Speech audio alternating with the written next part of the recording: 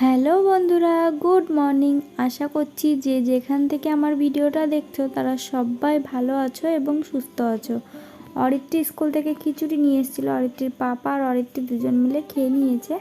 আর এখন আমি কাজে লেগে পড়েছি। আমি কিন্তু এখনও কিছুই খাইনি। অরিত্রীর পাপা আর অরিত্রী দুজন মিলে ওই যে বারান্দায় বসে খাচ্ছে। আমি আজকে ভাবলাম ভাদ্র মাস তো প্রায় শেষের দিকে, কিন্তু জামা কাপড় তো এখনও অবধি রোদে দেওয়া হলো না। সেদিনকে কাকিমারা দিয়েছিল, তো ভাবলাম চলো আজকে আলমারিটা খুলে জামা কাপড়গুলো রোদে দিয়ে দিই। আর বেশ সুন্দর কিন্তু রোদ বেরিয়ে গেছে। এখনকার রোদ বৃষ্টির কিন্তু কোনো ঠিক ঠিকানা নেই, কখন রোদ ওঠে কখন বৃষ্টি হয় ঠিকানা নাই। তো রোদ দেখে ভালো লাগলো, আর মনে হলো যে আলমারিটা খুলে ক্যাথা কাপড় চোপড় যা আছে যাবতীয় সমস্ত কিছু বের করে দিই।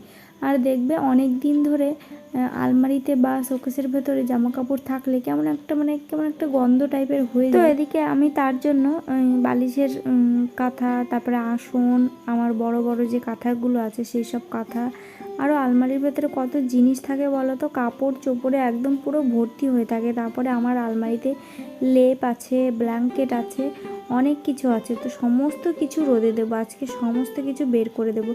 প্রত্যেক বছর এই ভাদ্র মাসের দিনটাতেই, মানে ভাদ্র মাসেই কিন্তু রোদে দেওয়া হয়। আর ভাদুরে রোদ দিতে হয় নাকি শুনেছি জামা কাপড়ে। এই ছোটোবেলা থেকে দেখে আসছি, মা ভাদুরে রোদে দিত জামা কাপড়।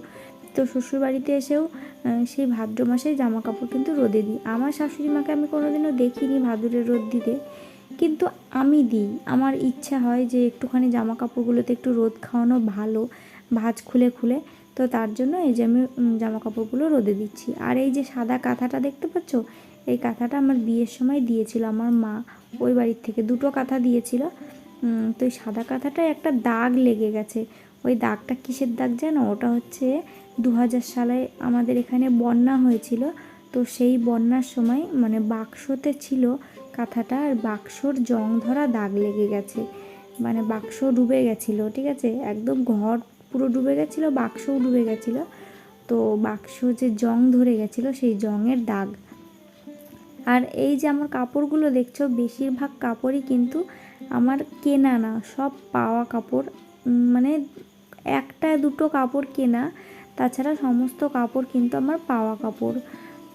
কেউ কোনোটা জেঠি শাশুড়ি মা দিয়েছে, কোনোটা আমার বিয়েতে পাওয়া, বা কোনোটা ননদের বাড়ির থেকে দিয়েছে, তো কোনোটা সিঁদুর দানে দিয়েছে আমার। শুধু এই হাতের এই ব্লু কাপড়টা দেখতে পাচ্ছ, ওই কাপড়টা শুধুমাত্র কিনেছিলাম একবার দুর্গাপুজোতে। তো দেখো এই ঠাটানো রোদের ভেতরে এক ফোঁটা জল পর্যন্ত এখনও মুখে দিইনি। তো এতগুলো জামা কাপড় চোপড় সমস্ত নিজে একা হাতে বের করে দিয়েছি, কারণ অরিত্রীর পাপা এখন যাবে কাজে। আলমারি পুরো খালি করে দিয়েছি, লেপ থেকে শুরু করে ব্ল্যাঙ্কেট থেকে শুরু করে যাবতীয় যা জিনিস ছিল একেবারে আলমারিতে সব পুরো খালি করে দিয়েছি। এখন ঘরটার কি অবস্থা হয়ে আছে দেখতে পাচ্ছ। এই ঘরটাকে আবার গোছাতে হবে আমাকে একা হাতে। দুটো বাচ্চা সামলানো, সংসারের কাজকর্ম সামলানো, আবার এই যে জামা কাপড় চোপড়, এগুলো সমস্ত কিছু আবার আলমারিতে পুরো ভালোভাবে গোছাতে হবে। তাহলে ভাবতে পারছো আমার অবস্থাটা কি হবে আজকে। আমি জামা কাপড়গুলো রোদে তো দিয়ে দিলাম, ভাবছিলাম মনে মনে যে আমার অবস্থাটা কি হবে। শেষমেশ জানো না তো, মানে আধ ঘন্টা রোদ পেয়েছে, তারপরে 1 ফুট 2 ফুট করে বৃষ্টি পড়তে আরম্ভ করে দিয়েছিল। বান্ধবীকে তাড়াতাড়ি ফোন করলাম যে একটুখানি তাড়াতাড়ি তুমি আসো, আমার বাচ্চাটাকে একটু ধরবা, আমি একটুখানি জামা কাপড়গুলো তাড়াতাড়ি করে তুলে নেব। তারপরে বান্ধবী এসে বাচ্চাটাকে ধরেছিল, আমার ছেলেকে ধরেছিল, তারপরে আমি ওগুলো গোছগাছ করতে পেরেছিলাম। আর এদিকে দেখো স্নান টান করে রান্না করতে চলে এসেছি। আলমারিটা যে কী কষ্ট করে গুছিয়েছি আমি জানি আর ভগবান জানে। আজকে আমার ওপর দিয়ে কী যে ধকল গেল আমি জানি আর ভগবান জানে। কারণ একা হাতে ওই আলমারির সমস্ত কিছু বের করে রোদে দেওয়া আবার গোছানো, মানে খুব কষ্টকর ওটা। কারণ অরিত্রীর পাপা যদি বাড়ি থাকতো তাহলে আমাকে অবশ্যই হেল্প করতো, কারণ ও কাজে না গেলেও হবে না। বাড়িতে বসে থাকলে তো আর হবে না, তাহলে টাকাটা এমনি এমনি ঘরে চলে আসবে না। তো তার জন্য ওকে কাজে যেতেই হলো। তো কাজে চলে গেল, আমি স্নান টান করে একটু রেস্ট নিয়ে এখনও অবধি কিছু খাইনি, রান্না করতে চলে এসেছি। এখন এই যে কোয়াশ দেখেছিলে তোমরা মিনি ব্লগে, তো এই কোয়াশটা এখন আমি ডালের ভেতরে দিয়ে দিচ্ছি। অনেকটা কোয়াশটা কেটে দেখলাম পেঁপের মতন দেখতে, আবার খেতেও পেঁপের মতনই, ঠিক আছে। তো এদিকে দেখো পাঁচফোড়ন শেষ হয়ে গিয়েছিলো, তো পাঁচফোড়ন আনা ছিল, তো এই যে কৌটাতে আমি পাঁচফোড়নটাকে ঢেলে নিলাম। আর চলো এখন ডালটা সম্বারে দেবো।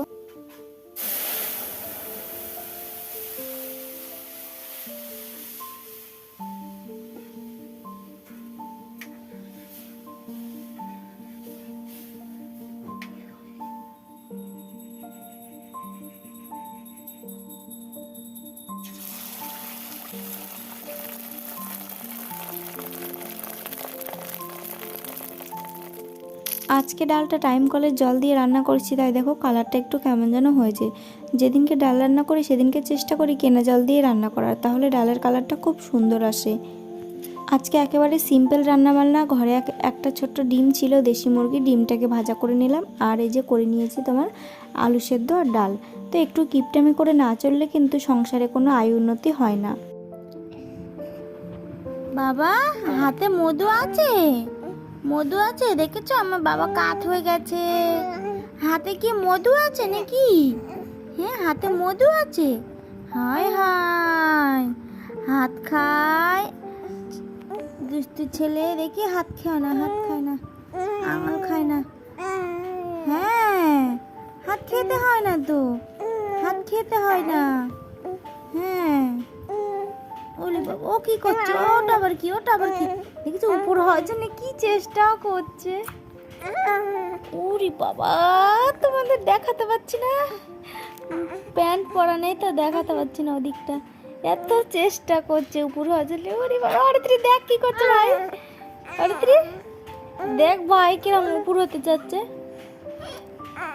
বাবা হায় হায়, কি করে দুষ্টুটা, হাত কি খাওয়া খাচ্ছে দেখো। হাতে মিষ্টির নস আছে, মিষ্টির নস। হায় খায় না, দুধ তো একটা খায় না, হাত খায় না, হাত খেতে হয় না। সোজা হও, সোজা হও, সোজা হও, সোজা হও। হ্যাঁ তারপরে দেখো অনেক দিন পর চলে এসেছি শাশুড়ি মার ঘরে, এই যে টিভি দেখতে। আমাদের পেছনের ঘরে যে টিভিটা দেখেছিলে ছিল, তো পেছনের ঘর থেকে এখন এই সামনের ঘরে আমার শাশুড়ি মার ঘরে আনা হয়েছে। কারণ পেছনের ঘর জন্য কিন্তু টিভি দেখতে যাওয়া হয় না। আর যে দার্জিলিং থেকে যে কাকাটা এসেছিলো, ওই কাকাটাই নিয়ে এসে এই সামনের ঘরে সেট করে দিয়েছিল টিভিটা। আর এই যে এখন সন্ধ্যাবেলা আলমারিটাকে আমি এরকমভাবে গুছিয়েছি। তোমরা হয়তো আমার থেকে অনেক সুন্দরভাবে গোছাতে পারো, আমি যেরকমভাবে পেরেছি এই যে অল্প সময়ের মধ্যে আমি এরকমভাবে গুছিয়ে নিয়েছি, এটাই যথেষ্ট। তো এদিকে দেখো চলো, আমার এই ভিডিওগুলো কেমন লাগছে অবশ্যই কমেন্ট করে জানাবে। ভালো লাগলে অনেক অনেক করে শেয়ার করো। এটা হচ্ছে 12 সেপ্টেম্বরের ভিডিও, যেদিনকে আমার বাবুকে ভ্যাকসিন দিয়েছিল সেদিনকে। অরিত্রীর পাপা নিয়ে এসেছিল ইলিশ মাছ 5 পিস মতন নিয়ে এসেছিলো। 4 পিস মাছ ছিল আর 1 পিস মাথা দিয়ে 5 পিস মতন হয়েছিল। অরিত্রীর পাপা আমাকে বলেছিল একদম ইলিশটা সর্ষে দিয়ে ভাপা করবা। তো এরকম করে করেছি, প্রথমবার করেছি। খেতে কিন্তু খুব একটা খারাপ হয়েছিল না, দারুণ হয়েছিল। তো এখান থেকে কিন্তু শ্বশুরমশাইকেও 1 পিস আমি দিয়েছিলাম। আর করেছিলাম নতুন সবজি বাঁধাকপি। তো ফোনে জায়গা ছিল না জন্য সেই দিনকার ভিডিওটা করতে পারিনি, তো এইটুকু করে রেখেছিলাম। ভিডিওটা এ পর্যন্তই, টাটা।